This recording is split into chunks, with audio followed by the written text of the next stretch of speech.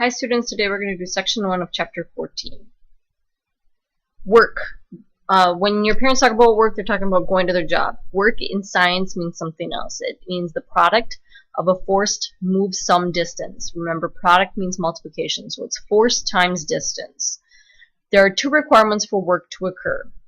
There must be movement, so you have to travel some distance, and the force has to be in the direction of the movement, so they have to go in the exact same direction, otherwise work does not occur. Calculating work. The equation is work is equal to force times distance. You do need to know how to rearrange it. That equation is the one I'll give you on the test, but you do need to know how to rearrange it. So you need to know force equals work over distance, and distance equals work divided by force. Work is measured in joules. So work is measured in joules. Force, just like before, is measured in newtons, and distance is in meters. So how we got the joules is 1 joule is equal to the newton times the meter from the force times the distance. And then remember, a newton was kilograms times meters per second squared. And then that is still times that meters. Power. Power is the rate at which work is done, so how fast work is being done. If you do more work in a small amount of time, it will increase the power.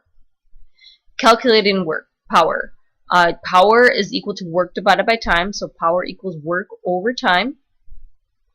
Or power, because work is the same thing as force times distance, you could also say power is equal to force times distance divided by time. You should also know that power is measured in watts, and 1 watt is equal to 1 joule per second. You should also know how to rearrange power, and that's work equals P times T, and T equals P divided by W. Work and power problem. So, a potted plant is lifted 1.5 meters above the ground with a force of 25 newtons in 15 seconds. A, what work was done? And B, what was the power? So first, A, we're going to figure out what work is done. Remember, work, we had two equations for work. We had work equals force times distance, and we had work equals power times time. Well, we don't know the power yet. So we're going to have to use the work equals force times distance. Our force is measured in newtons, and our distance is measured in meters. So we would want to take our 25 newtons times our 1.5 meters, and remember that is measured in joules. So 25 newtons times 1.5 is 37.5 joules. Then to find the power, we had two equations. We had power is equal to work over time, or power is equal to force times distance over time.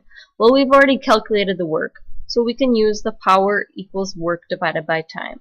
So we'll take the work that we already found, 37.5 joules, and divide that by the 15 seconds. When we take 37.5 divided by 15, you get 2.5, and this is measured in watts, so 2.5 watts. Horsepower. You might have heard of horsepower before. You might have also heard of watts. Both of them measure power. Watts typically measures something that is smaller, like a light bulb. Horsepower tends to measure things like boats and cars, something that's bigger. So in the 1700s, a comparison was needed to compare the strength of steam engines. Since horses were commonly used for work, it only made sense to compare the power of an engine to a horse. So what they did was 2 horsepower was equal to the power of 2 horses. So 12 horsepower would be the power of 12 horses. Today it is standardized where 746 watts equals 1 horsepower, and you will want to know that.